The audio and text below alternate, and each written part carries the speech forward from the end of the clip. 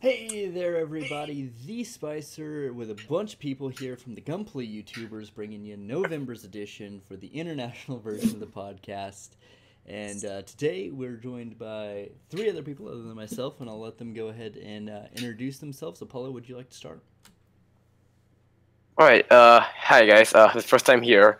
I'm Apollo, and my channel is Top Motion Productions. I do like unboxings, reviews, and occasionally I'll do stop motions. So yeah, do check us out. Like we're like we have all the stuff here. I'm from Singapore, by the way. So yeah.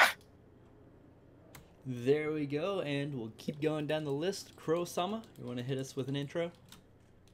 Yeah. So the Kurosama, living over in Japan currently. YouTube channel is the Kurosama. Pretty much just build models, play a lot of games, and that's pretty much about it. Awesome. And Zeta, do you want to round us out? Oh, hello. I'm Zedakai1219, but I have a YouTube channel called Zeta Gun Mastery 1219, but it's currently inactive because I have schoolwork. I review Gunpla, but I'll probably be back on December. But for now, here I am in this podcast, ready to discuss some stuff. Awesome, and as always, it's the Spicer who randomly does stuff whenever he feels like it, I guess. And we're going to change things up a little bit. As you can see, I've changed the stream a little bit. So we're actually going to use the spin wheel here to randomly select our topics out of the list we've got and tackle those as we go. We also have a subscription goal between this podcast and the next one. We want to hit 5 in total, which would be great. If not, no big deal. But why not aim for something? So let's go ahead and get started, and we'll go into our first topic.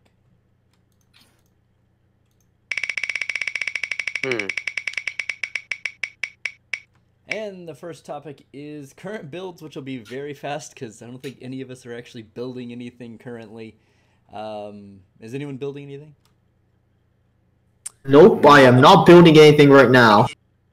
I did get some new kits, but so far I didn't get. I didn't. I'm not building for the time being until my turn break comes. Same here. All right. Well, I guess we can go down the list and see, what's the next kit you want to build. We'll start with you, Apollo. All right. You mean in terms of the new release or like? Just whatever you're gonna build when you get back to building. Oh, okay.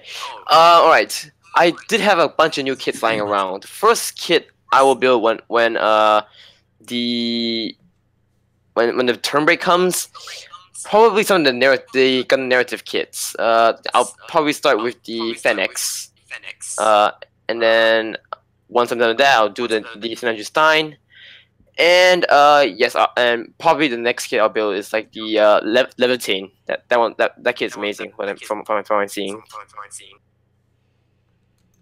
Yeah, I've seen a bunch of good stuff about the Full Metal Panic stuff, and I built the Gernsback, and I'm very impressed so far. What I like about the Levitine is because you know how the orange striping is on plastic. That's what I liked about the Bandai version of Levitine. The Kotobukiya, well, I like the Kotobukiya version in terms of like the proportions. I would say, Aoshima one, well, I'll say it's because of the size, but I prefer the Bandai version because I like the size of the model, and plus that separation of parts is really good. Yeah, it's a real solid kit. What about you, Krow-sama? When you're done playing some Pokemon, what are you going to go into? Well, I'm not gonna touch anything in my backlog as of right now, because I'm probably gonna play this game until my vacation's over on Wednesday. But what comes out next weekend is going to be the high res red frame Stray, so I'll be picking that up. That'll be cool. It's definitely. We'll see if it lives up to the price tag. Hopefully, I mean it's been to the gym. I like those like muscle strands on the arms and everything, so I'm pretty hyped about it. The red frame's getting jacked. Yep. And Zato, what are you going to build when you get back to building? I do have the Moon Gundam and the Wound War in my backlog, but I think I'm gonna start with the Moon Gundam first because people say it's amazing. I can verify it's pretty solid.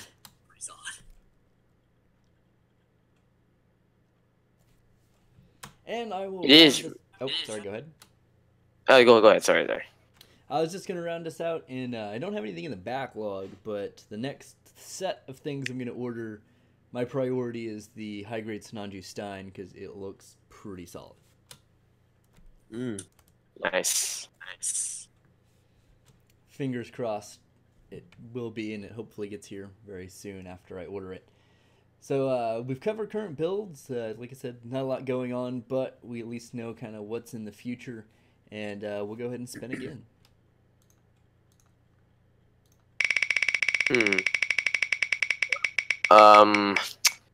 And our next topic is the problem with space. So not everyone's going to have this issue probably, but let me kind of explain before we go into it. I at least, and I know several other people have talked about having an issue of buying new kits and not having anywhere to actually put them after you build them. And I just kind of wanted to see how everyone kind of got around that problem, or if anyone had any life hacks to get around it. And we'll start once again with you, Apollo. Okay. Well, let me see this. As of right now, I do have enough shelf space in my collection. In fact, I just got a new shelf like a few months ago, and before I got that new shelf, I got like a shelf dedicated for okay, it's basically a bookshelf, but there's no door, and it's basically I bought it from a hypermart for what, $15? No, actually no, $10. It's really cheap, and it's really good for what it is. So I store all my SDs in there, and some old high grades I don't bother about in that shelf. And on top I put the Iron Blooded Orphans kits on there, the second season ones. And how do I say it? It does its job, but unfortunately because it's open, it's getting a lot of dust. So which is why my parents told me, okay, you know what, because you did well for exams, I'm gonna give you a new shelf. So and they're like, yeah, you might as well you might as well get a new shelf. Just shift all those Gunpla you have into that shelf, and then it's just that particular Gunpla in the shelf. Yeah, so it took a while to build that shelf because I built from IKEA. It's the Swedish furniture You mean department. IKEA? Yeah, IKEA. Yeah. It's what we've been searching shelves for everywhere in the neighborhood, and we do find some shelves, but they're really expensive. So my parents thought, you know what, let's go to IKEA. Maybe the price is reasonable there. And funny enough, we found a shelf that's the price is decent. It's cheap. It's worth the price. And then we bought it, and then we assembled the shelf, and I shift all the SDs and the old high grades into that shelf. And yeah, it took a while to build, but it's really worth it. I would say. And like I said, we do have enough shelves. Still have enough shelf space, but in the case that I don't have enough shelf space, it's either I box them up or just in the case, let's say, because I have to do a couple of Gunpla which the Gunplas are somewhat broken. So in the case I run out of shelf space, I can always take those and then disassemble them and use it for scrap parts. But other than that, shelf space is alright. I definitely have more than enough. So but once it gets crowded, then I have to find a way to get rid of them. Not to just be something that are good. The old ones are probably box them up. But as of now, the shelf space is still enough. It's always a good thing to have the extra space, because it's kind of a bad thing looking up at your shelf and be like, oh god, where is this Sananju Stein gonna go? I don't know. Hey, go now. And Boomsy has also joined us. You want to say, kind of what's up and if you're running out of space? Yeah, actually, was talking to you about it. Hey, everybody, Boomsy here from Boomsy YouTube. Hope everybody's doing well. Happy Friday as well. Yeah, I just took down a lot of the IBO kits. I'm actually doing some kit bashing with those and a couple of the other kits that have just kind of worn down just from standing that weren't on action bases. So taking those down, using the armor to do some kit bashing and some practicing on weathering and painting. Boom. Recycle, reduce, reuse. What about you, Krow-sama? What's going on in your neck of the woods? So I've been tapped out for a while. Basically, instead of putting a lot of my kits in dynamic poses like I normally do, now I have to kind of keep them more upright and very static. Now, one thing I can kind of give some advice on, if you are running out of space, the best thing to do is probably, I don't want to say limit your buying purchases and all that, but maybe start taking a little bit more time on kits. That usually helps out with me, so I kind of take a little bit more time doing maybe some detailing, weathering, or straight up painting, and that prevents me from just straight up buying straight build shelf, rinse and repeat. Now another thing you can possibly do is build some shelves that are in the top of like I say, like the top of the wall, kind of like a straight shelf. Like maybe that can be something that so instead of like an actual bookshelf, just build something and drill it into the top, and you can line up kits along the wall. But for me in particular, I would just say, yeah, it's been pretty tough having to consolidate, and I have a lot of figurines like Transformers, a lot of like Figma that I have boxed away because I can't fit it anymore, and now with having a kid on the way, I definitely can't have things in the open because choking hazard. So I'm probably just I'm going to be doing a lot of giveaways and getting rid of a lot of older kits I'm just not too keen for anymore. Like I have the Faz, I don't want that. I have the old Master Grade Double Zeta, not really too into it since the new one's out. But yeah, that'll be just kind of like my advice and my overall standpoint. Makes sense. A good way to pare everything down and try to alleviate that problem just a little bit. What about you, Zeta? What do you got going on? Wait, what? Are you running out of space with your collection as far as display goes, or have you ever run into that issue? Well, not really.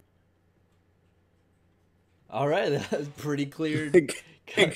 Straightforward. Well, I do have a poster on my blocking part of my shelf, so I may want to take that down, but I kind of organize stuff pretty well, so yeah, I guess. Alrighty, there we go. Wait until you have a wife.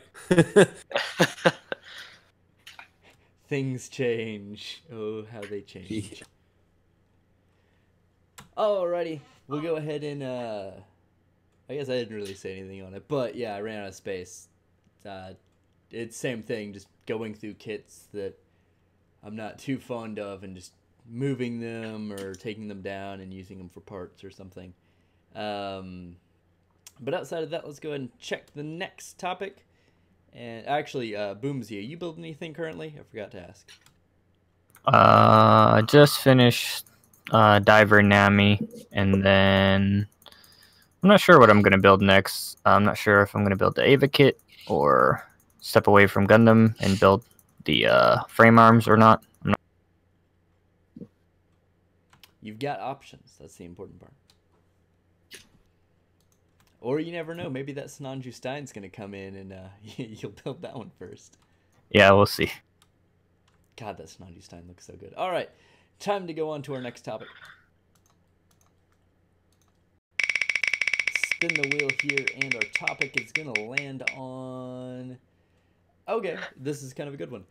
With the release of the Moon Gundam and the Sananju Stein, a lot of people are kind of talking about how these kits are the pinnacle of HG technology and how they're almost real grade-esque in a certain way. So it kind of got me thinking maybe there should be kind of a like a new mixed grade between real grade and high grade, to where you're not getting like the unicorn again in high grade that's not great. 2008. Exactly, yeah, the old awful unicorn that is by comparison really bad compared to the moon. I think the unicorn's just like a mediocre high grade. It's not awful, but I mean, still in comparison, it does look pretty bad. But I kind of just want to get your guys' thoughts on it, and we'll start with Apollo. All right. Yeah, I have to admit the high grade unicorn. I mean, it looks good, yes, but in terms of functionality and the engineering back then, it's not that great. In fact, I did remember like the second season double kits. Well, those kits were really good. Like, I mean, they were trying to shift to a new format of the construction. Because the high grade unicorn. Okay, it's okay. Take note that the high grade 00 came out in 2008, and it started to use ball joints for each arms and then universal joints for the hips. While the unicorn, for some reason I don't know why they didn't change it, but it was stuck at that the old style of the construction, like Ball joint socket. Ball joint socket. Thanks, Krow. But I do have. I mean, I like the unicorn because it's just the design is all right. Like I'm fine with the unicorn. In fact, I have like, I bought the high grade form of unicorn Gundam Destroy Mode red color version. That because I bought it because of the color plus the marking stickers. So I put it on there and I just left them on the I left them on the shot. Just put them in like a system base and then like left it there because it looks good. But in terms of functionality, not that great. It's like kind of a weird thing. Like they didn't update the unicorn. And speaking of unicorn, the Fennec. Oh man, that I don't know why. Okay, they were able to modify the Sinanju Stein joints from the original Sinanju, so that's okay.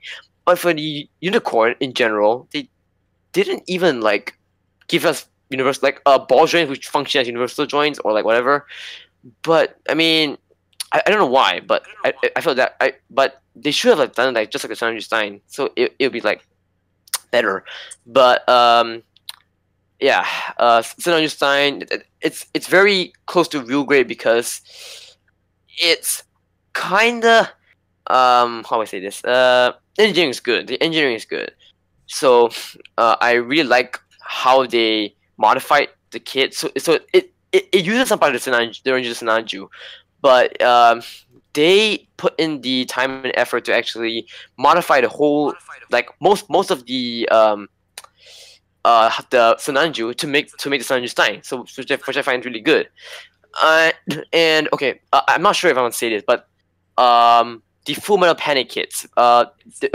The Arbalest and the Gun Spec, they weren't called high grades back then, but the Levitating, yes, it's called high grade. But their construction is very similar to like a real grade in a sense because I'll take the Levitating for example. The color separation on the stripes on the limbs, the arm, the shoulders, the forearms, the thighs, and the calves, those were in plastic, and it's very very similar to real grade where you get color separation on the limbs, and that's what I feel like. It's really good. Like I personally, like I said, I did mention earlier, I do prefer the Bandai version of Levitain over the Kodabukiya and the Aoshiya version. And yeah, it's a good kit, like from what I'm seeing. And yeah, well, I've seen high grades competing to be like very similar to real grades. Take the high grade Iron Blooded Orphans kits where they have inner frames. That's very close to real grade, but I mean, hey. Those inner frames are only partial, you know? They're not actually full inner frame. Are you sure? I mean, I mean, if you, it is full. Like, if I mean, it's not, it's complete, but it's very simple. Like, I'm not saying they're like real grades, but what I'm saying is that they are competing against the real grades in terms of like how far they have gone in terms of technology. Real grades, their infantry are very complex, but in terms of, but I remember often it's simple, but they're if you put them side by side, you think, okay, the high grades are getting like slowly building up to go and compete against the real grades. So, which is why I was a fan of real grades back then, but I I okay. I'm starting to build more high grades because I feel the real grades are getting a little bit more fragile because I originally want to get the real grade started B, but because of that shoulder joint that was like the issue for a lot of people, that's not I decided I'm not gonna get it. And in fact, Don't worry, fam. You probably won't get that ever if you're super careful with it. I do have okay. The only recent real grade I feel that's good is the oh man, the gold frame, on Samina. That's it's glossy, but you know it's good. Like it's a really nice real grade for what it is. The stray seals are really good. Real grades are really good real grades. But yeah, I'm trying not to build real grades anymore because unless it's like a simple design, like just inner frame, no transformation, then fine, it's fine. But now I notice the real grades are moving away from the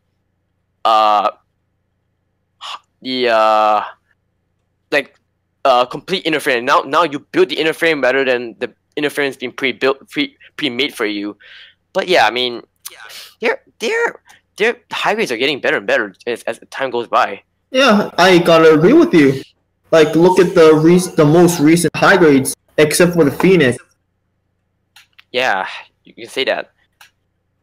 And that kind of, I guess, like brings me back to the topic in general of, and I'm glad you brought this up, Apollo. The Full Metal Panic kits are a great example of this. That, like, the Gurn's back is a total of 3 colors, but the color separation on it's done very well, and it seems to be designed with that intent in mind. It's carried out very real grade-esque, and it gives me that vibe of like, okay, you know, maybe we should just look at, instead of, you know, like the higher end of high grades being really good and making things like the Phoenix look kind of garbage comparatively speaking, maybe we just like try to transition to that into a different line. But Boomsy, what do you think? I know you've got probably some thoughts, maybe. So we're talking about the I guess the way I should put it is, should we look at maybe, like, should Bandai consider even making a mid-grade between the real grades and the high grades, so the Moon and the Snanju Stein can, you know, not have to outshine everything else under them? I think the first time we saw it, and I mean, maybe agree to disagree, but I think the first time we really saw it was when we got the Atlas. It was like one of the closest that I saw in between for like a high grade, real grade. I was really impressed with that one. And I was like, okay, maybe, you know, they're stepping up the game for the real grades, and or the high grades. And I was like, hell yeah. You know, because sometimes with the high grades, you got either something like the Moon or the Atlas or, you know, any other. I think the narrative kits are going to be well made past the Phoenix. But, and then you have stuff that's just like a hand grenade, or you don't even want to do it because it's sticker hell. I mean, they're great for customs and everything like that, but a lot of people just straight build. So, I think that it'd be a good idea, like kind of like what they did with the cross silhouettes, kind of with the between the SD and the HG realm. But I don't even know what the price point would be for, honestly. I mean, it's a, you know, we kind of have that like 20, 30, 40, 50, and then P Bandai's crazy ass pricing, and it's hard to kind of kind of mix it in. I mean, I think Bandai's on a good streak of setting up the new high grades, like the Moon, and I have a feeling the narrative Part A or whatever that thing is called is going to be really well made too, just by looking at the design of it. So, I mean, hopefully we just get some better high grades in the future and maybe some more iterations of the real grades outside of the unicorns and everything like that. Definitely. I think I don't know. It's like it'd be kind of impractical for Bandai to be like, "Hey, we're making a new line," but the inconsistency in the lines, just like, "Oh, what is going on here?"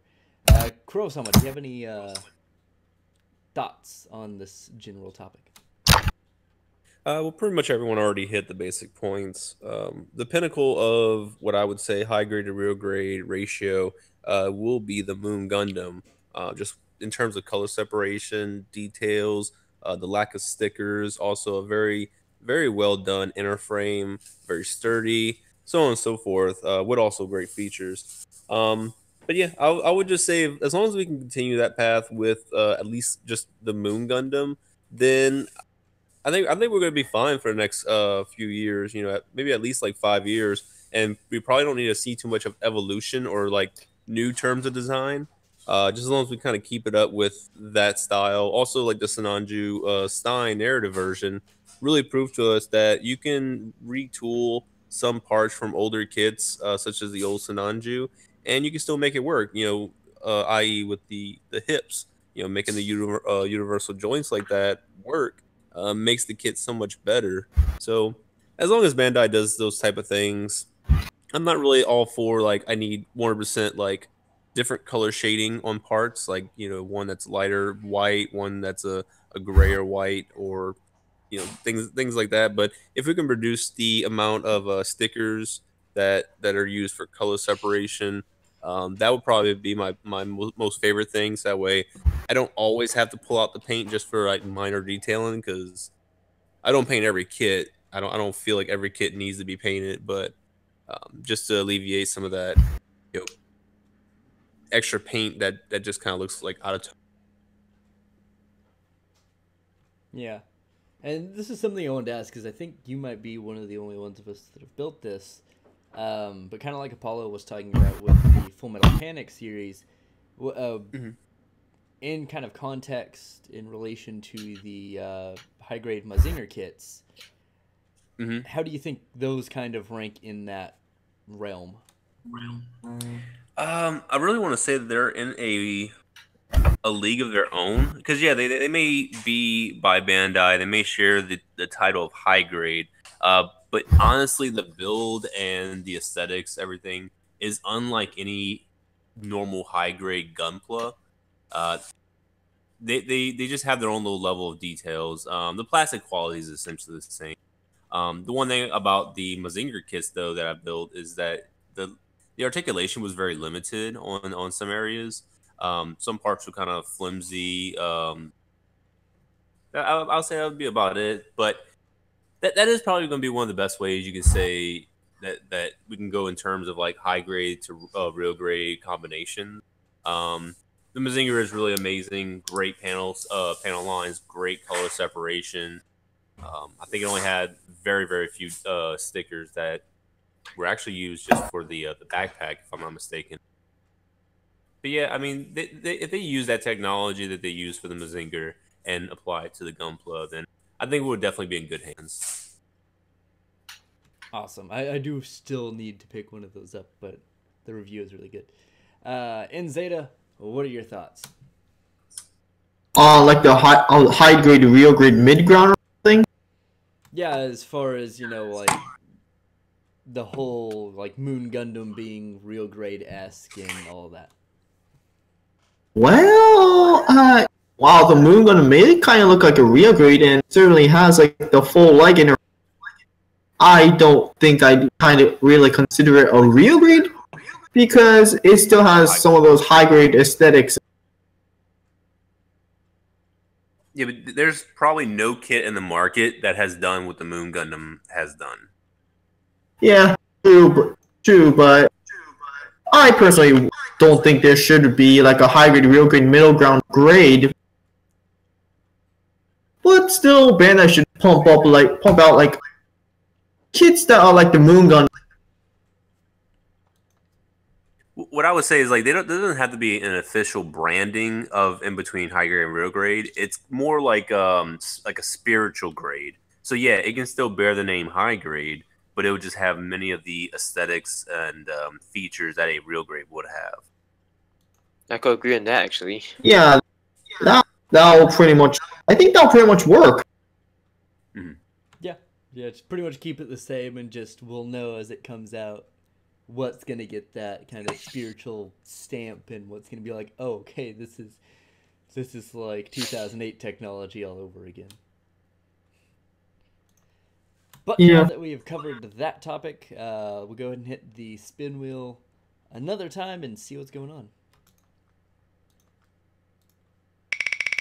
And as the wheel spins around, what are we going to have? Our topic is going to land on the spookiest Gundam you can think of, because we dropped the ball in October for Halloween. Good job. Oh.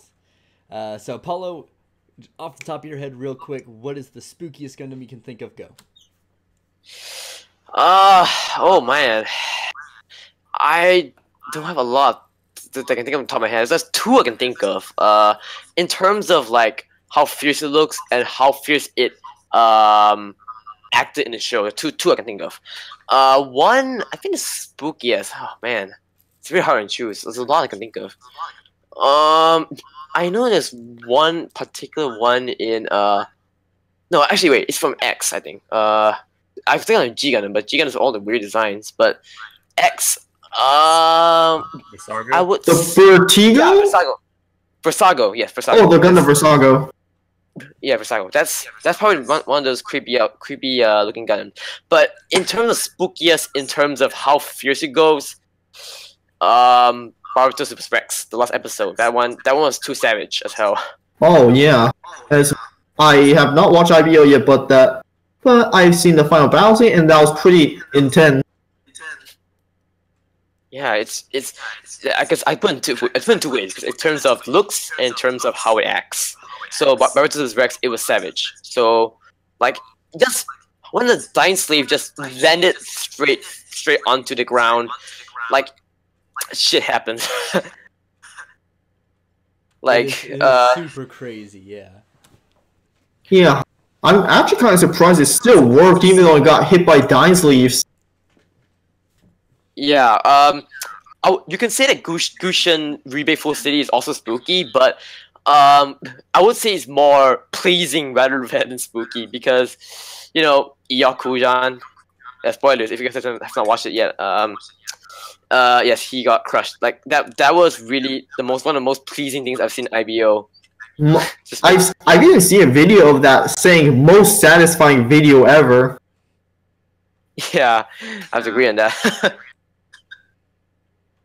So now that we've got those out of the way, those two, Boomsy, what do you think is the spookiest Gundam you can think of?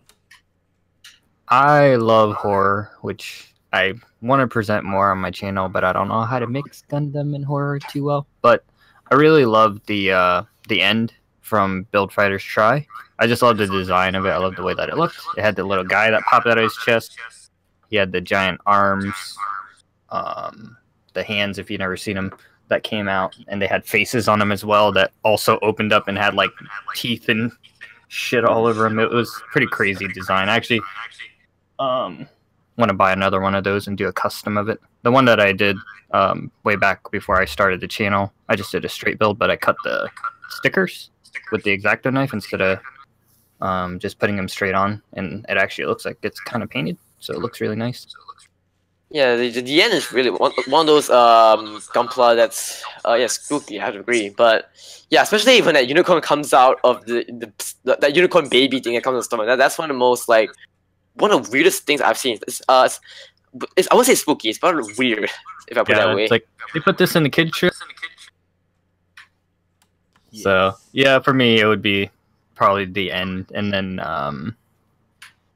all the renditions of Fumina. Truly the spookiest.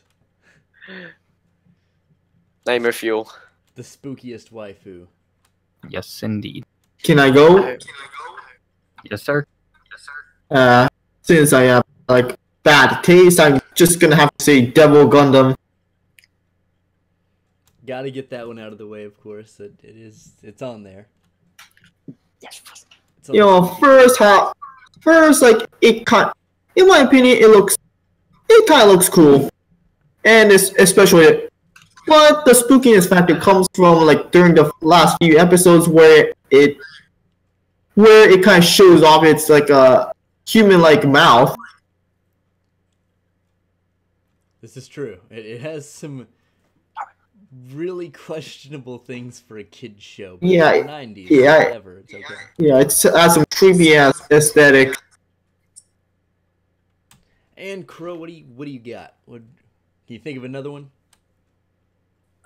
Skull Gundam, Neo Malaysia's mobile suit. Yeah. That's the only thing I can really think is in terms of spooky. But I will say, just to piggyback off of, I think it was Zeta or might have been Boomsy, the Lupus Rex. So that final battle scene, like I didn't spoil myself of it. I watched the series all throughout, and when that episode aired, watched it, and that final battle with it actually did give me goosebumps. And I was like, ooh, I was like, a Gundam series that gave me goosebumps. I was like, this is kind of weird, but yeah, it was pretty intimidating of a mobile suit. And I don't know if that might have been the right adjective to use as far as spooky, but it definitely had like an intimidation factor, and it was a little bit of a spook factor. Yeah, Crow. I think part of that really was it was something that we really hasn't seen before, where the Gundam, we've seen it, like we've seen them where they're, in their prime, but not like monstrous, or even at that point it was very like not even it was hard to explain, because it was like, it reminded me, like, if you haven't watched Evangelion, it's your own fault, but if it reminded me of like Ava when the kids go berserk, and it was like, oh my god, what is happening right now? Is this even a mech anymore? What's going on? And it give you like those shivers and those goosebumps, because you never seen a kid, or not a kid, but a mobile suit become so ferocious. I'm trying to think of another spooky Gundam, and I'm having some difficulty, so I'll cop out and say the Epion, because it's pretty much just the Versago, but better looking.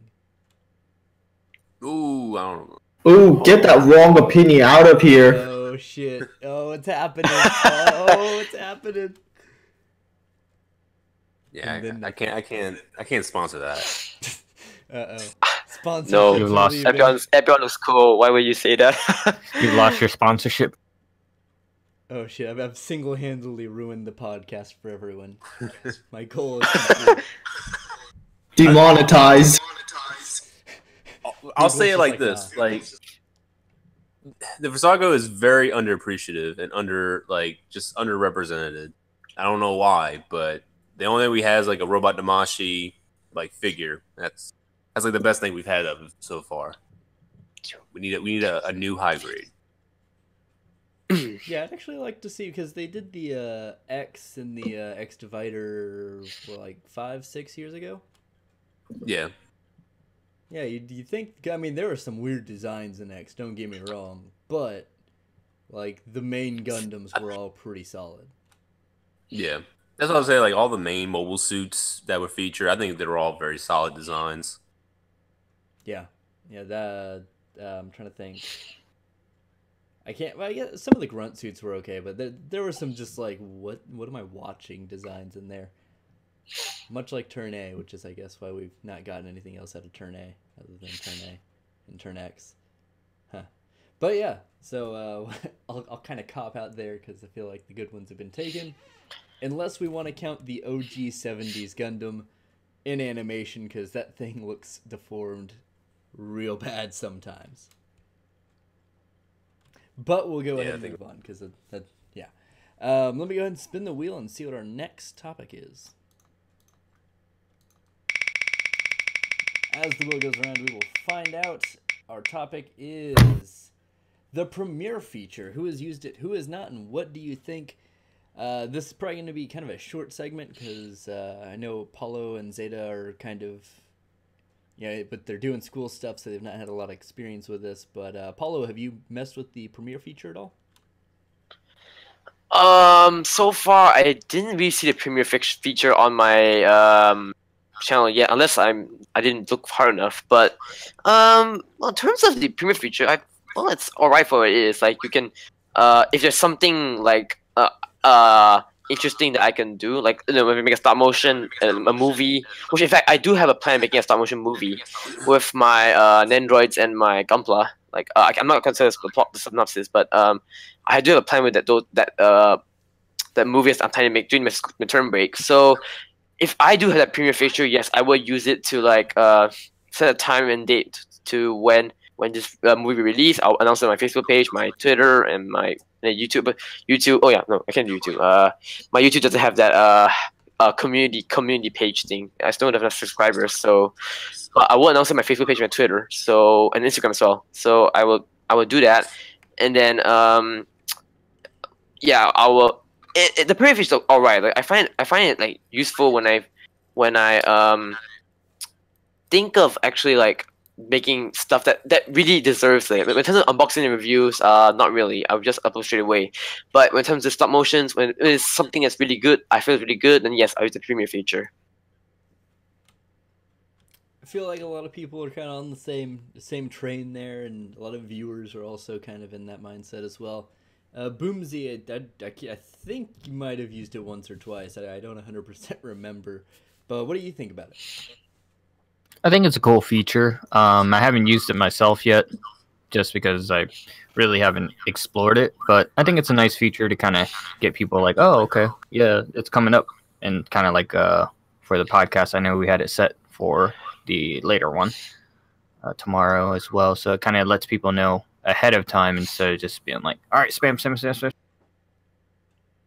Yeah, it saves you the work, or not necessarily the work, but the spam effectively of being like, hey, this is out now. It's like you can kind of do it over a couple of days if you decide to, or it's not all at once, and people already have the link, so you don't have to worry about saying, hey, just go check out the channel and everything. Do you intend to use it is the better question. I think I will in the future. Maybe not so much for the unboxing videos, but probably for the reviews, just to let everybody know that it's coming up. Definitely. It's very... like I said, everyone's kind of on the same bandwagon for that one. Krow, I know you've actually done like a poll and a survey for this. I kind of want to get your thoughts on it. Yeah, if it's fine, you mind if I define what premieres are? Oh, absolutely. Yeah, that's probably a good idea. So basically, Premiere Videos is a scheduled live streamed video that has already been produced. A lot of people had that misconception that it is just a basic live stream, but it's like, no, the only live interaction is going to be with the creator in the chat menu, but in the video itself, it's already a pre-rendered video.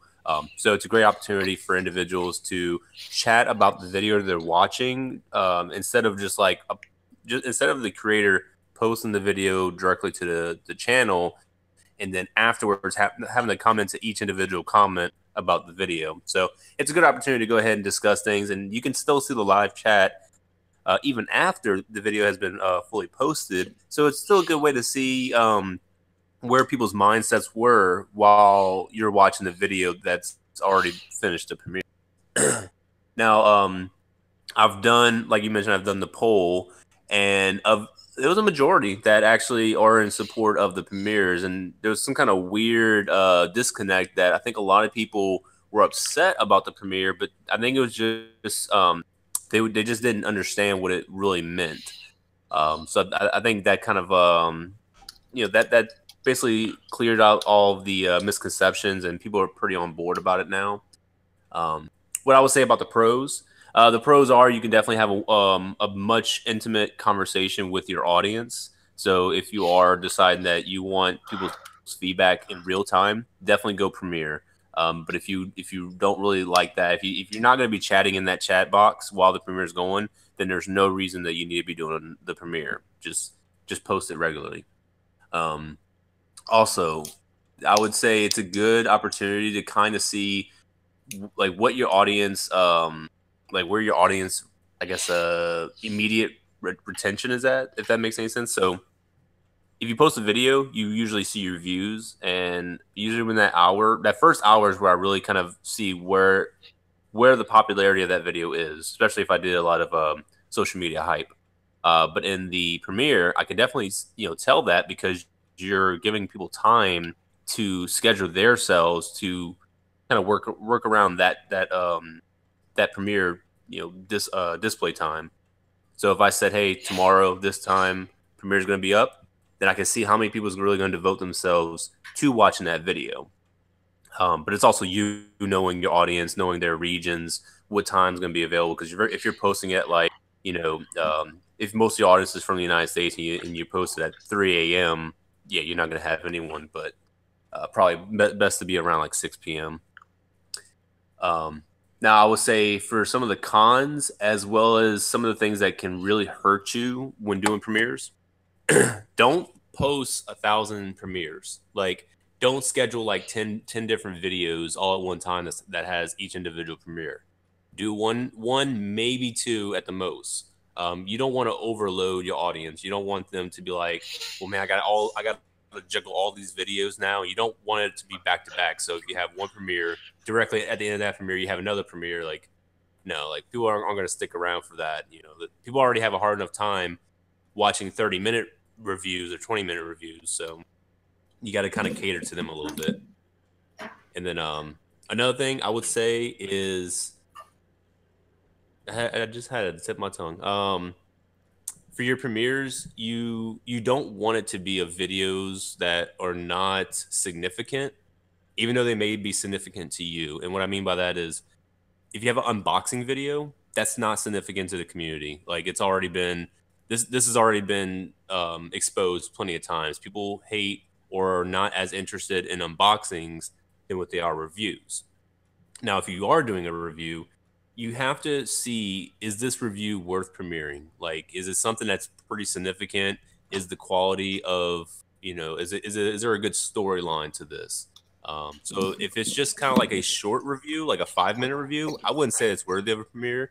Maybe something that's a little bit more of hype based. But if you're gonna review like the high grade Exia, kit, I don't think people are really gonna be flooding the gates to go see that. But if it is something like the Moon Gundam or the Sinanju Stein narrative, something that has some hype behind it, absolutely go for the premiere. A lot of really good insight. I didn't even think about the whole knowing kind of where your audience would be when you set the premiere. As I've always set mine to the same time, just for consistency's sake. And yeah, no, it's because I'm at work too, so it's like, oh, cool. So I missed that whole interaction. I missed the whole point. I've learned a thing. Zeta, have you gotten to mess with it, or kind of what are your thoughts on it? I don't know what that is, so I can't say for myself. I just explained it. Zeta, are you really listening? There's going to be a quiz at the end. Go ahead and reverse and just kind of cover everything in. But no, it's a cool feature when you guys get back to making videos. Of course, you kind of mess with it. But like Krow said, it does need to be something with some hype. So if it's like an old backlog kit, probably don't worry about premiering it, and make sure you're available for it, because it does make a big difference. And retention, it kind of, you get to see it live, whereas as opposed to looking at your analytics and just seeing, oh, people are dropping out 2 minutes in or 3 minutes or 4 minutes in, you actually get to see it, which is super useful. And I can give one example. I think I'm trying to remember the first video I premiered. It might have been, I can't remember off the top of my head, but I premiered one video, and I think at the most I had about 30 people watch it. It was a fairly new high grade. I think it might have been some from the Bill Diver series, but I made a premiere of it. It did fairly well in my opinion. About 30 people watched it. And my normal live streams, I usually get about 20-some people. So I'm like, okay, that's a good thing. And then I went ahead and I premiered the narrative version, the Sananju Stein narrative version.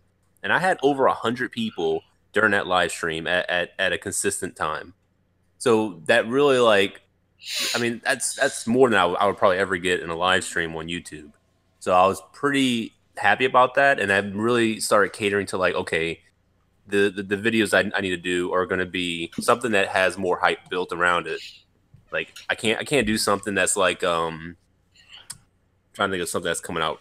Like that new GM, that one that just came out this weekend that has like the weird sled feet. Yeah. I can't.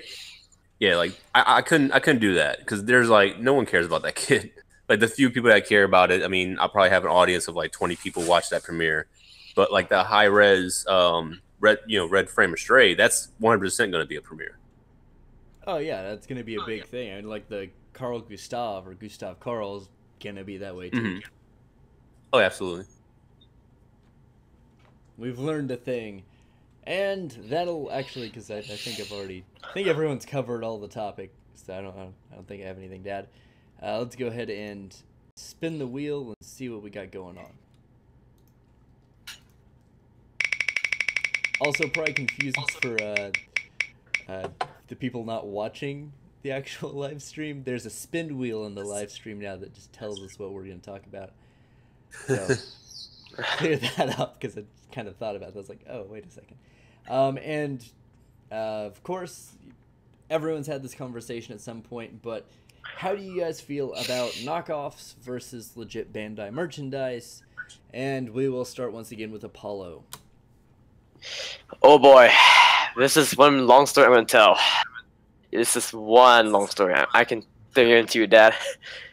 Okay, alright. So, what do I think about knockoffs? Okay, alright. This is really hard for me to say because I do have a bad history with knockoffs. To be honest, I mean I never built them, but I do have like a bad history about it. So, I don't build knockoffs or bootlegs because, for a simple reason, is that the quality is not that good and it's not official.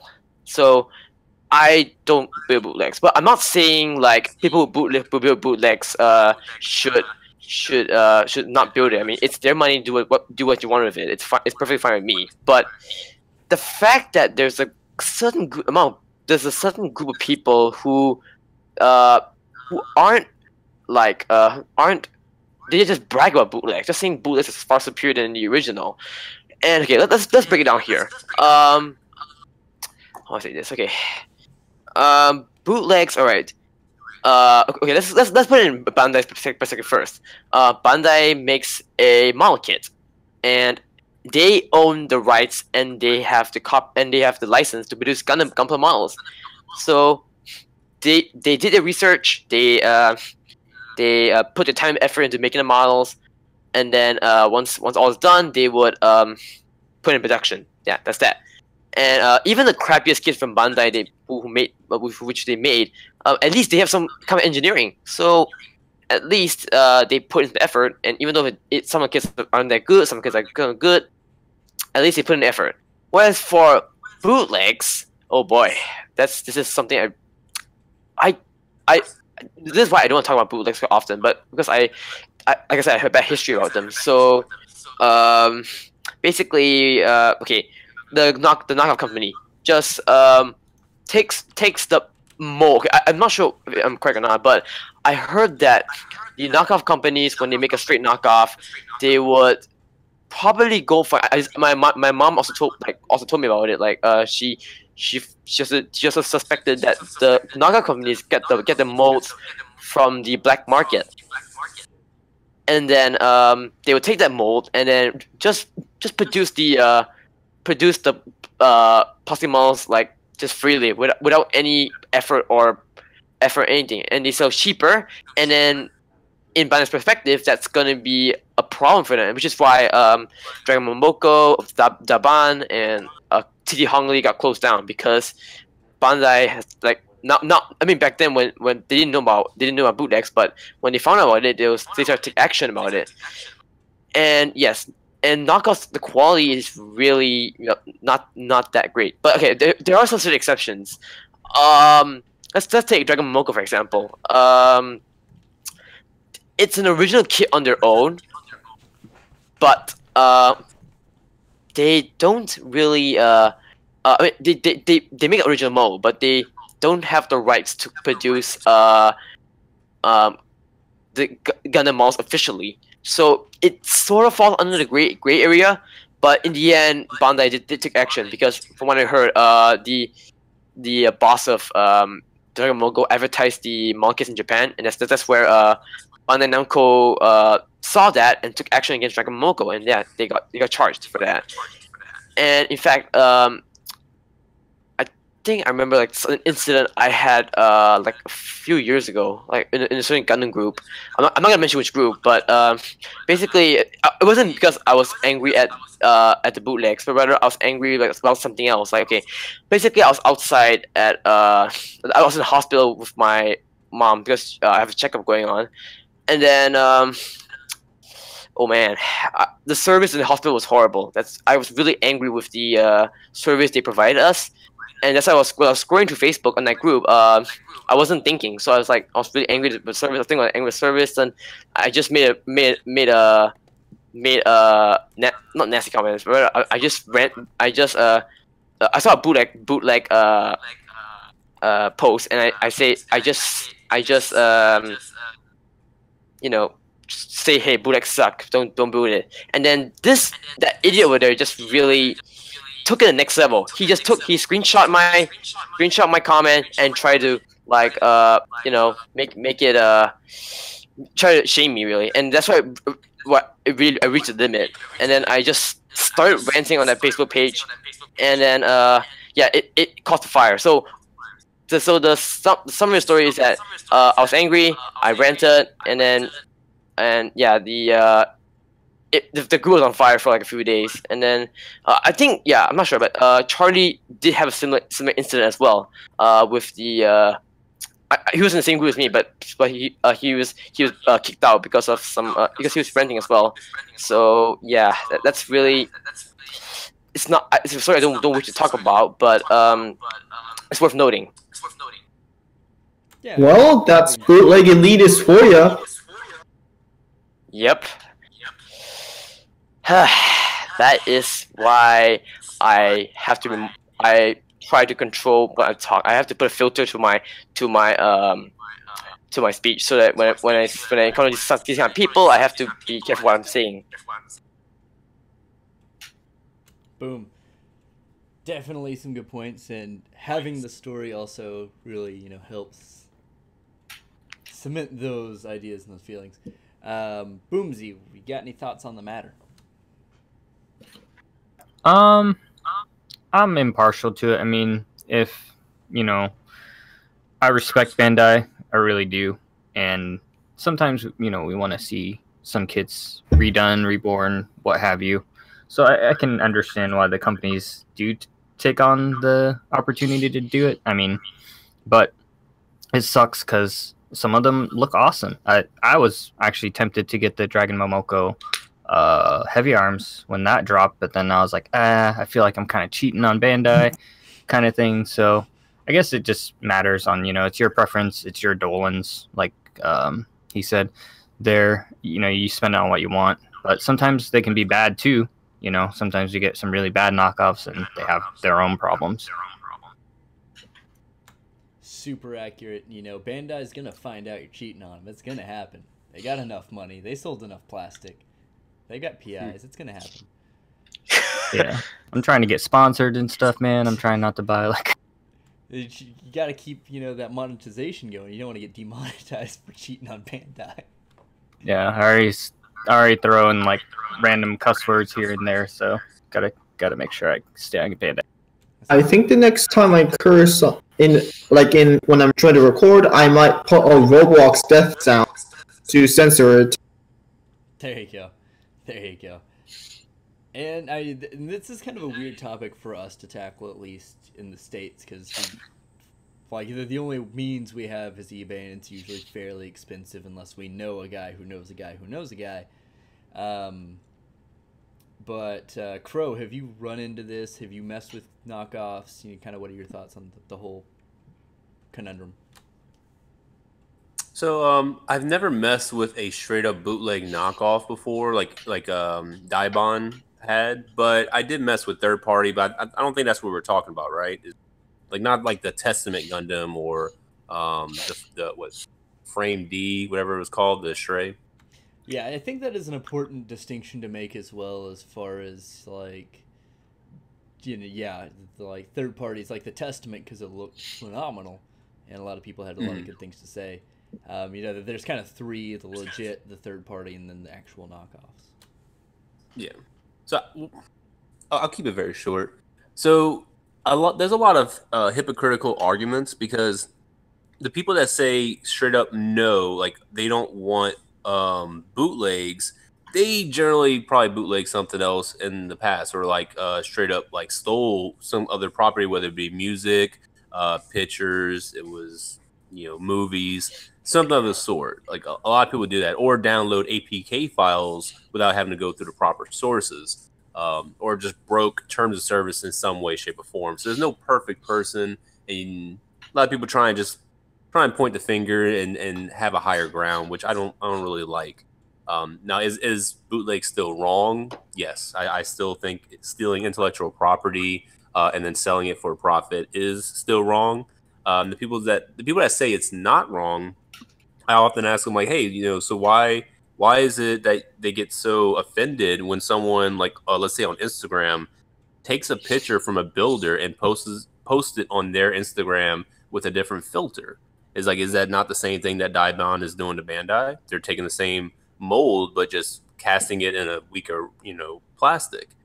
So they're still doing the same thing, but people kind of choose what they want to be offended by, which I always have a problem with. You can't just pick and choose what to be offended by. You have to have some kind of very linear moral ground.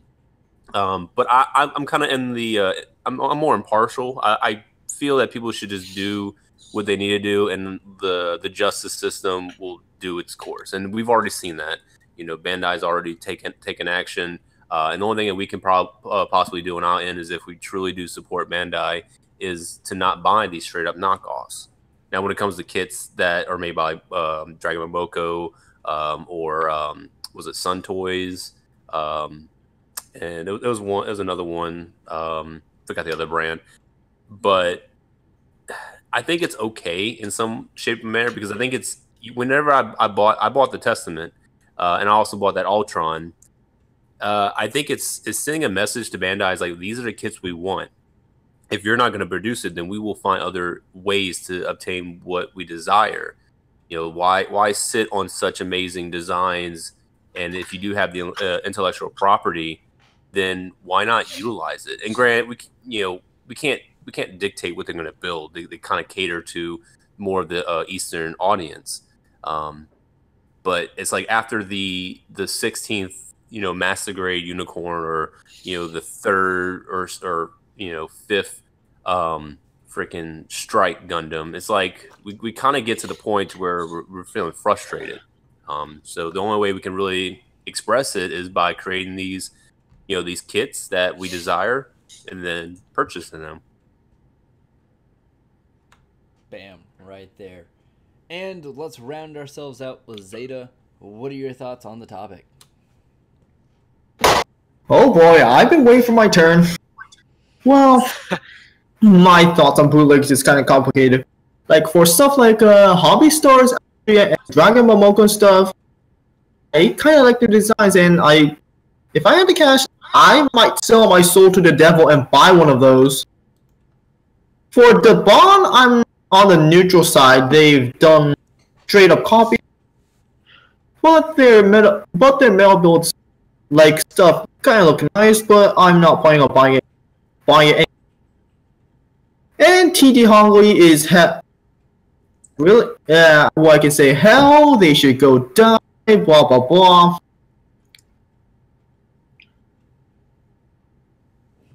Very strong opinions. Very strong opinions. But I don't think I've seen a bootleg elitist yet, but if I ever do, I'm prepared to start an argument. No whether it causes like my account to get post blocked or not. Besides, stealing from Bandai is what I can call bad because I think someone else explained before, but Bandai, like, whether no matter how bad the kit is, Bandai still puts at least some effort into designing and creating their models to sell to everybody, and their TT Hongi just leeches off their efforts by putting up straight counterfeits, and to make it even worse, people from like the Philippines and stuff will actually buy them thinking that they'll get some quality stuff, but no. Can I jump in one more time? Yeah, sure. So I completely forgot about that, and I definitely appreciate you bringing it up. Certain countries have huge taxes that come with importing straight up Bandai kits, whether it be the sellers, like the actual shops, or it's the individual buyer from like, you know, Amazon or anything of those sorts. And I can see why that's pretty damaging to their overall wallet, because who wants to spend 2 times the price for, you know, a master grade? It'd be crazy. So sometimes Sure. I get why they go that route, but it's more of the convenience factor. Like if you have the convenience to purchase a master grade at either retail value or around that price, then there's no reason you should go the bootleg price. But I do understand for those that live in those very, like, I'm not gonna say like third world or anything like that, but obscure kind of like countries that are in More that, like that rural region. area. Yeah, more rural areas. Kind of ironic how the majority of Gundam fans come from the Philippines. I mean, to be honest, that's the group I'm referring to. But I'm not trying to be pointing fingers here and there. But I'm not saying all of them are that way, but just a certain group of these people, like, you know, do it that way. If you know what I mean. Yeah, I know a few Filipinos who are like just buy legit Bandai models and occasionally some Supernova kits, but some I've seen just seem to like impulse buy bootlegs. Yeah, well, speaking of bootlegs, I forgot bringing this topic up, but there are certain kits which are, I wouldn't say they're not official, but Bandai doesn't release them. They fall in gray areas. It's like Dragon Moko, but let's just say like I'll say it's aftermarket products like conversion kits, some accessories, weapons. Yeah, like, you know, Kotobukiya makes like those hands for 100 scales, Yeah. and also. I believe Kotobukiya made a Zamo kit in the past, but I think that was by permission by Bandai itself, so I'd call that an actual third-party kit. The B Club is officially branded by Bandai. Yeah, third-party resin kits. Mm-hmm. Mm. Yeah, but I'm too poor to buy a resin kit, and I'm also too inexperienced. I mean, I did airbrush before, but I never handled a resin kit before, to be fairly honest. Oh, I can't even afford an airbrush. But actually, the airbrush I have is my second airbrush. The first airbrush I got, okay, along with a whole bunch of accessories and tools, they're handed down by my friend who quit the hobby. So my sanding files, the primers, the paints, and like other accessories, and even a simple airbrush kit, like a airbrush compressor and a small airbrush compressor and a airbrush. He handed it to me for free. Huh, that's pretty cool. But unfortunately, that he did not maintain the airbrush well. So while I was painting, he did not maintain the airbrush well, and it keeps clogging. So when I tried to thoroughly clean the airbrush, it led to another problem. The paint keeps flowing even though I'm not putting down the trigger. So that led me to get my second airbrush, which my school club, Gunpla school club provides. So they say, okay, if you want an airbrush, we'll charge you for a cheap price of $15. It's like, you know, okay, fine, $15 for an airbrush, that's pretty good. So I bought that airbrush. It still works like a compressor, but you have to keep holding on the trigger, because if you don't hold the trigger, it just keeps pumping air, and then eventually the pipe that pumps the air will pop off. Oh.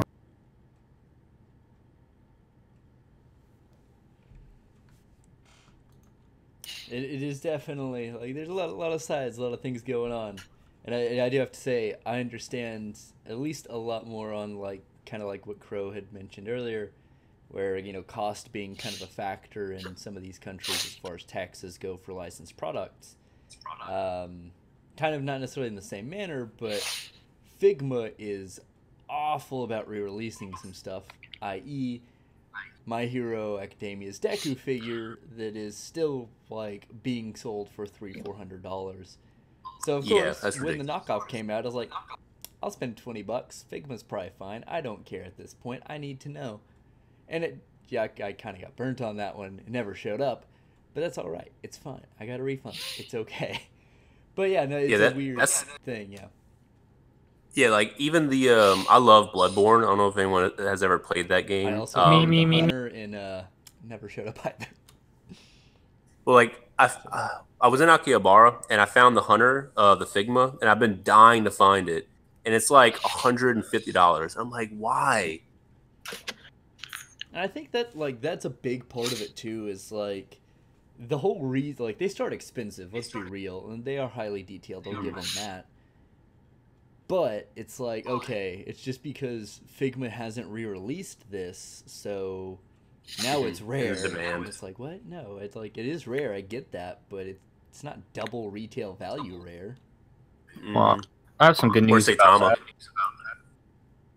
about the Bloodborne figure. I'm actually gonna get the official one. It's hella expensive, but I absolutely love Bloodborne. I have all of the collector's edition books as well as the art book, and if you ever watch any of my videos, there's a giant Bloodborne poster behind me, which I'm never going to take down out of the videos.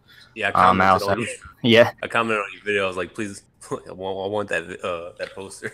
I also have the Hunter plushie as well, and if you haven't played the board game, it's really fun. It's really difficult, but it's very fun. Also have that as well, but yeah, I'm saving up some pennies here instead of ordering kits because I really want to showcase one on my shelf, and two, I really like Bloodborne. So I know it's a Figma and there's probably going to be a lot of flaws with it, but I gotta have it. Well, I do collect Nendroids, as I mentioned like earlier, but recently I've been into this not trend, like it's been this feeling that I should collect all the Nendroids from the Overwatch series. Like, I start from Tracer, then it goes on. Like when the new character was announced in Nendroid form, the first thing I do is like, okay, I'll save my money, go to the store, pre-order it, and then be happy about it. And I mean, so far there's no. I never heard of any bootlegs or for Nendroid Overwatch stuff, but I did encounter Overwatch. No, sorry, not Overwatch. Bootleg Nendroids for other series. Like I did remember seeing like bootleg Sonic the Hedgehog Nendroid in like a store like in the central area. And oh boy, I thought it was legit, but when I took a closer look at it, I just realized the paint job and the quality looks really bad. Like it was then when I saw the price, like okay, the price might be a giveaway. It's like maybe it's fake. But when I took a closer look before I bought it, before I thought buying it, and I realized it's fake. So then I just put it on a shelf and then walk off to the arcade.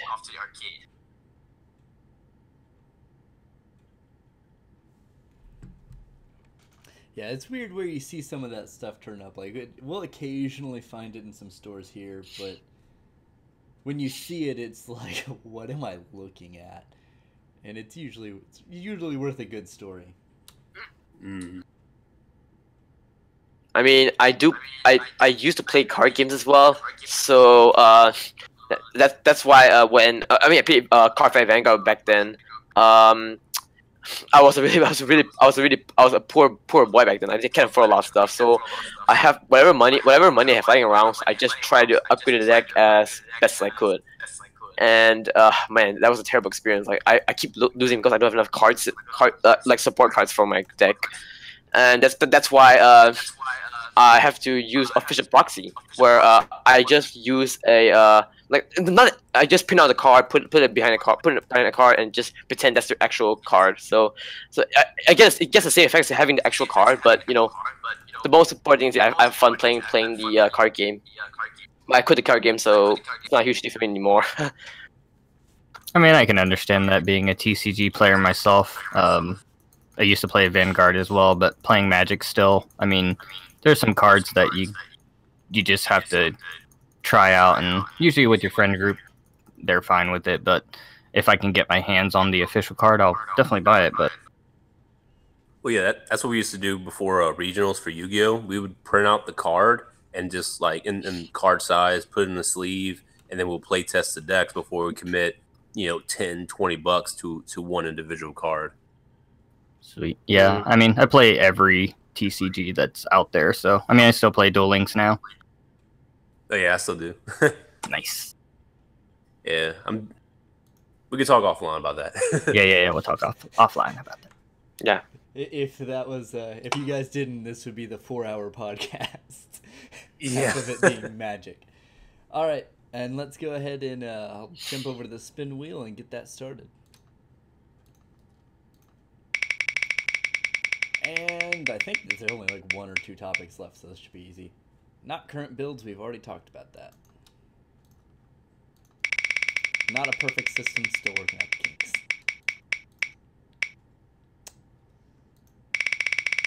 It's a satisfying noise for anyone who's listening to the actual thing.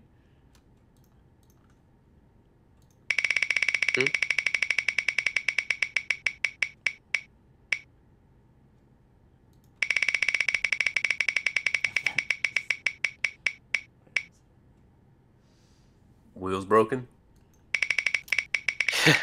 Yeah, there's no way to knock something off the list after we've talked about it. Okay, finally, got a new topic. This is going to be a problem in the future. I'm going to fix this. So, Boomsy had a good idea of coming up with a little game called Smash, Pass, and Trash, where I'm going to take 3 kits that are coming out or just come out, and you're going to pick which one do you like, which would be Smash, which one do you pass on, and you're just like, yeah, whatever, and which one you just straight throw in the trash. Now, this can be hard because I picked, I think, 3. Can it be like can it be more than 3 kits? I figured we could do like just recent releases, but to test it out, we'd just do 3 to make it easy and kind of see if everyone's on the same page.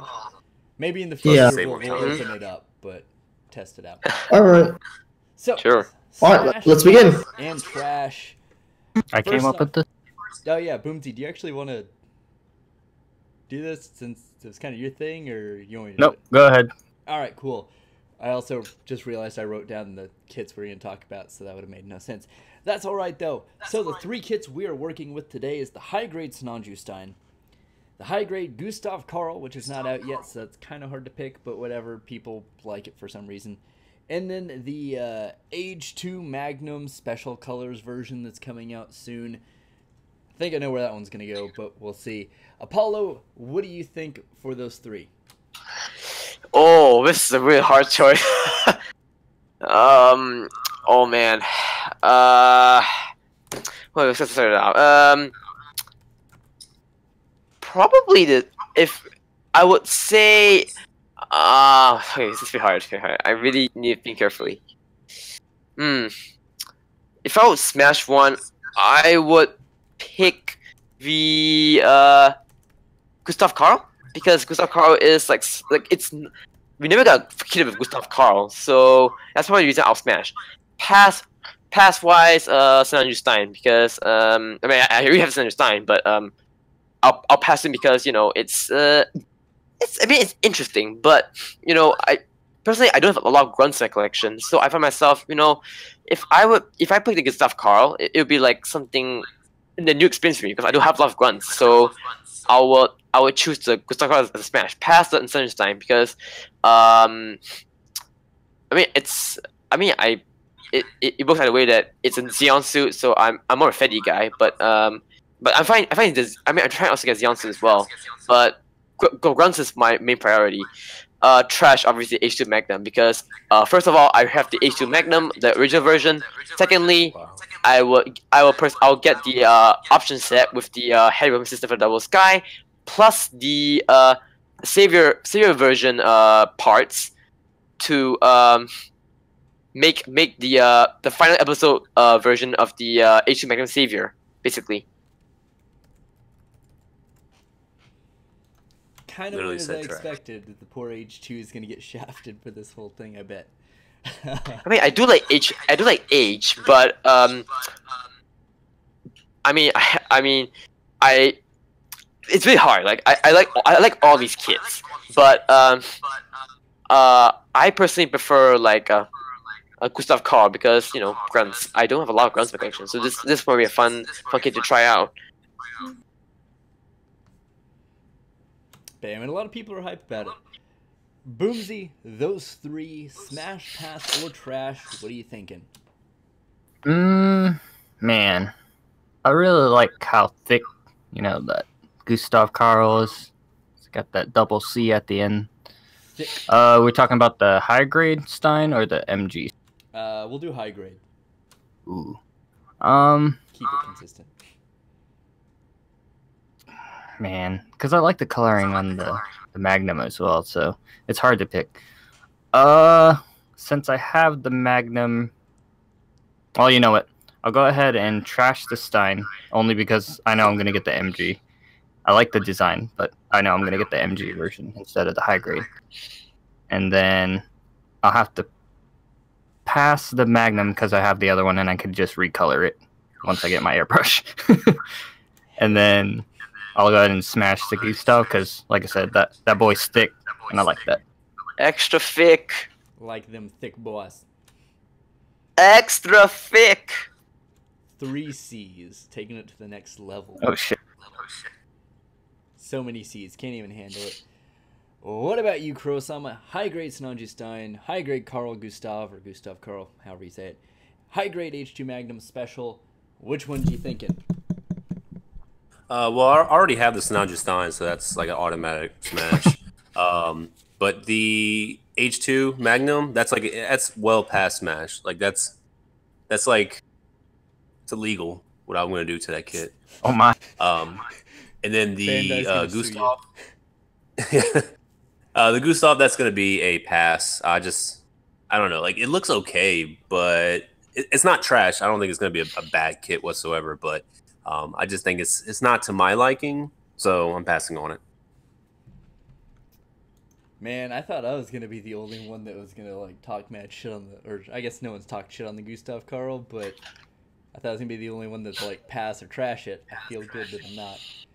What about you, Zeta? Those same 3, smash, pass, trash. What are we thinking? Yeah. Smash on all 3. Nah, you gotta trash and you gotta pass on one. Come on. Okay. At least I'll just give you my reason. Sinanji Stein, Master Grade is gonna be unoriginal since it's just the normal one with the sleeves colors. But this one, I know it has a lot of retooling, and I heard some really good things about it, so I'm just gonna buy it. As for the Gustav Karl, I've seen the game. They look amazing. Definite smash. The end. And for the H2 Magnum Special Forces version, I do not have an H2 Magnum yet, so. And this is a perfect opportunity to get this model, so yeah. Bam. All right. A lot of people on similar pages, at least. And if I had to go, smash that Sinanji Stein. Love that. Looks great. Those weird offset white colors. Can't get enough of it. Monochromatic. Digging it. Pass.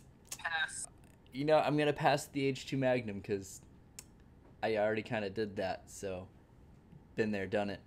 And that Carl Gustav is getting trashed. It is a thick boy. I feel bad about it. But monochromatic till the end. It's the name of the game, but Hey. It wasn't thick enough. Yeah, don't worry, guys. Too thick. I don't know. I'll eventually pass or trash something.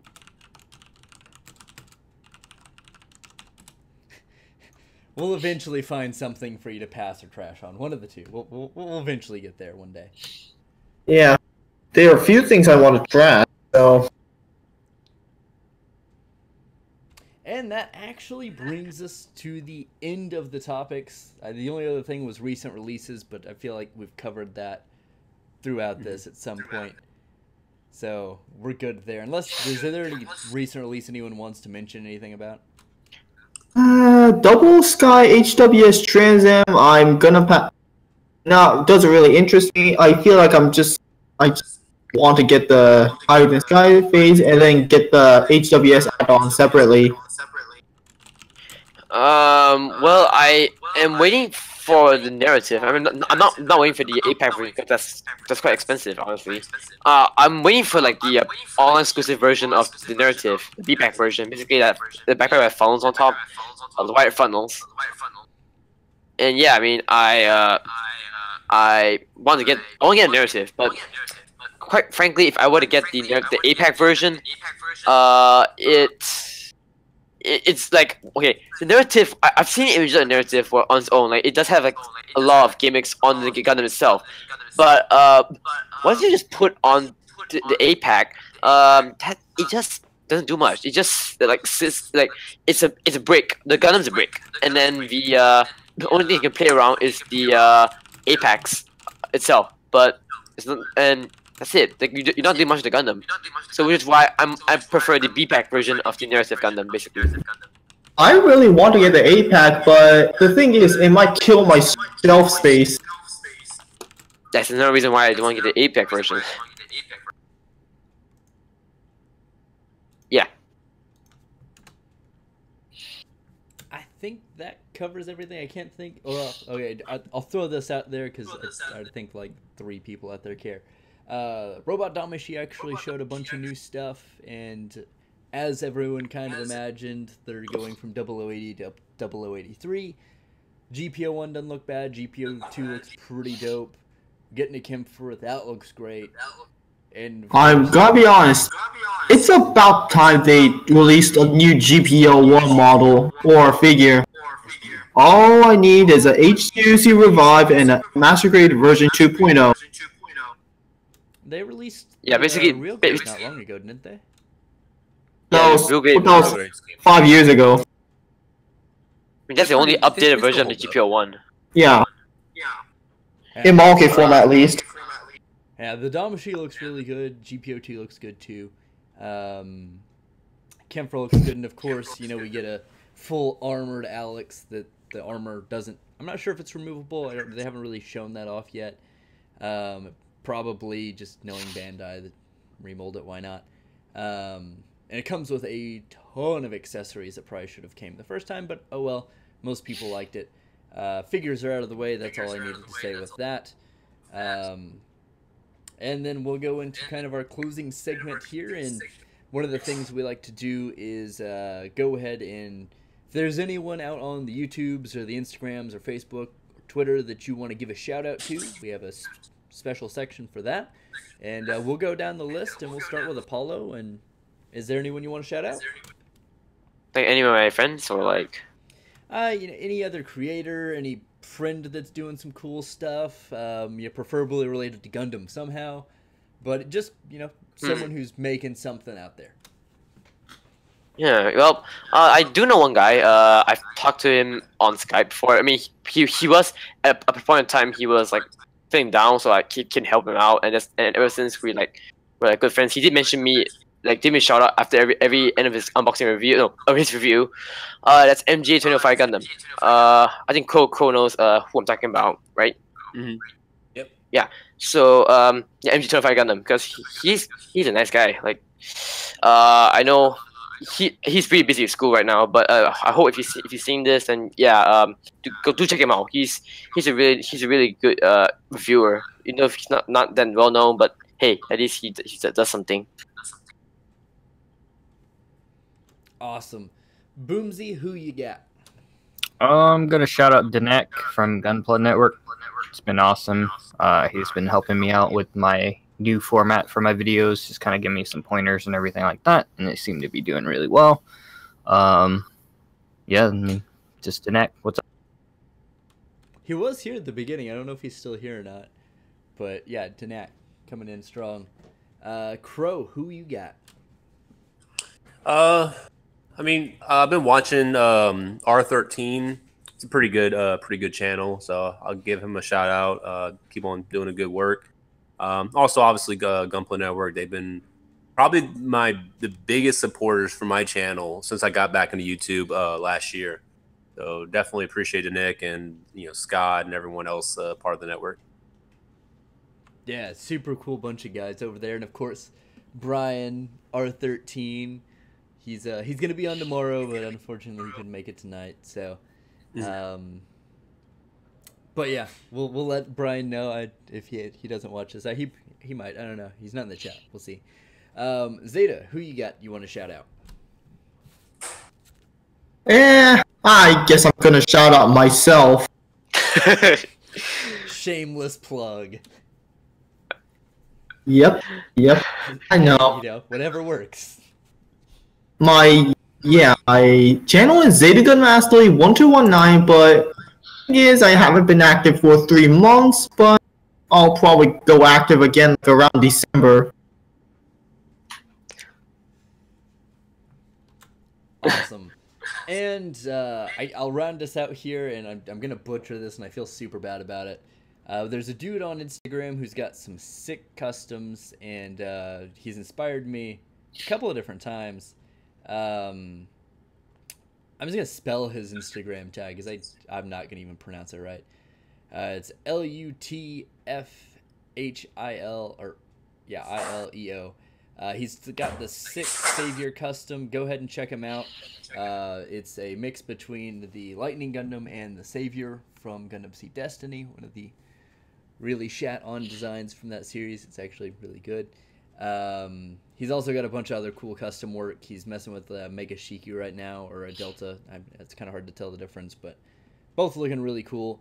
And then we'll kind of just round ourselves out here with kind of, what's coming up, what's coming out, and any kind of final thoughts, and we will wheel ourselves right back around to Apollo. What do you got going on? As in what? Sorry? Oh, you're good. I know with you and Zeta it's going to be a little weird because you guys are still in school and not messing with videos right now. But your kind of closing thoughts, anything you want the people to know? Like what my final thoughts?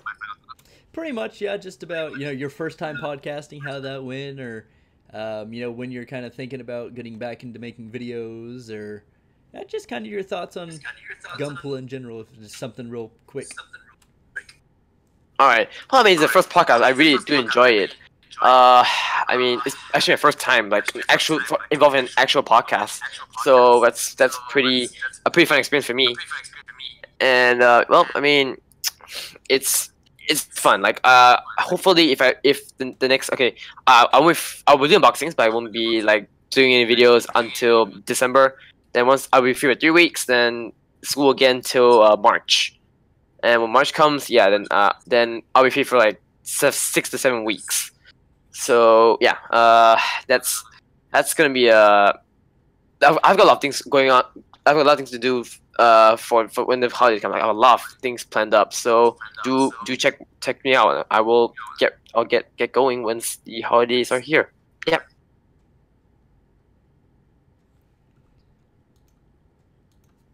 Awesome. Boomsy, what about you? Well, let's see. I should have the Attack the City for Gundam Planet in December-ish, hopefully. We went there kind of towards the summertime, and just with the surgery and everything, it knocked me back on getting the footage and everything like reviewed and set up. So that should be coming up. Doing Nami next week and a few other kits for the end of November. December will be more of like an icy theme, so I'm basically focusing on kits that kind of remind me of winter because I'm in Ohio and it sucks. A lot of cold up there in the Ohio's. Yeah, I don't know what the hell the weather's doing. It snowed yesterday. Today it's like 60 degrees. So tomorrow it's going to be like 30. Ohio loves the people that live in Ohio. Sure. And yeah, just getting ready for the new formats and everything like that. So hopefully, if you guys didn't check out the other Attack the City, I went to Comic Town, which is a local shop. My friend owns it. He's a co-owner. I've known him for over 20 some years, so check that one out if you guys want to. It's really cool. They sell Magic cards and comics. It's actually where I played a lot of my tournaments and stuff back in the day. Yeah, that's pretty much it. Rad. What about you, Krow-sama? I guess first and foremost, Pokemon Let's Go is actually a pretty decent game, so don't listen to negative reviews. Other than that, Pokemon Let's Go. yeah. Other than that, yeah, like once again, I'm not gonna be building any models until the high res comes out next weekend. Well, actually, this upcoming weekend, 6 days from now. Yeah, I don't really have anything going on. Just follow me on Instagram or social media platforms that I have, and I'm always open to conversation. Awesome. And Zeta, what about you? Well, first time podcast ever, so this one's been pretty fun. So, but while I may be focusing on schoolwork, I just have an essay in my room, so I may just be playing Final Fantasy VI. Definitely a good way to spend some time, for sure. Final Fantasy is better than Pokemon. Can't change my mind. Look at the numbers. That's all I'm gonna say. Man, I thought the whole Epion Versago thing was gonna be the big kicker here, but I think we just found. Let's see if there's a Final Fantasy balloon at the Macy's Day Parade this year. Oh. There's a town named after a Pokemon too. Wait, was the town named after the Pokemon or the Pokemon after the town? No, there was a town. It's somewhere in Europe, but actually it might be in the United States, but it's called Bulbasaur. That's great. Oh, What a time to be alive. Oh, this is back in the 90s. What a time to be alive in the 90s. God, I'm so far behind. And I guess to just generally round us out, yeah, no, podcasting is great. Of course, for those of you tuning in, it's a little later for you, but we do have the U.S. or the North American podcast coming up tomorrow at 7 p.m. Dallas Central Time. So use that time converter on the internet to figure that out to see where you're at. We'll have about the same amount of people on, and of course I'll be there. Boomsy will probably be there as well, and we'll have some other people on. Gonna cover the same topics. Gonna have the spin wheel. It's probably gonna cause problems again, so that'll be fun. And of course, be sure to subscribe to the Gunpla YouTubers podcast. Shameful plug, I guess. It's not even really specifically me, so I don't know if it's shameful. We've got some tutorials coming up on there. Like I've got a top coating one up there right now, and of course the podcasts are going there. So subscribe, hit that notification bell so you know when we're actually going to be broadcasting all of that fun stuff. And yeah, I've got some changes coming to my reviews. Going to change them significantly. Not happy with them, so I'm gonna just 180 it. We'll see what happens.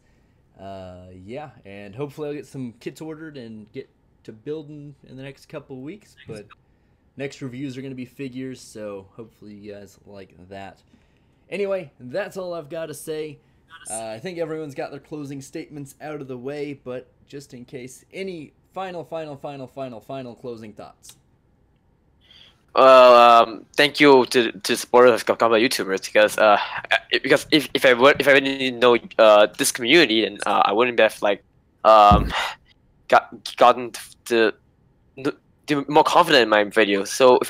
So this community is great. Like I'm happy with being in this this podcast, and not in this podcast, but this community in general. Like, I'm happy with it, really.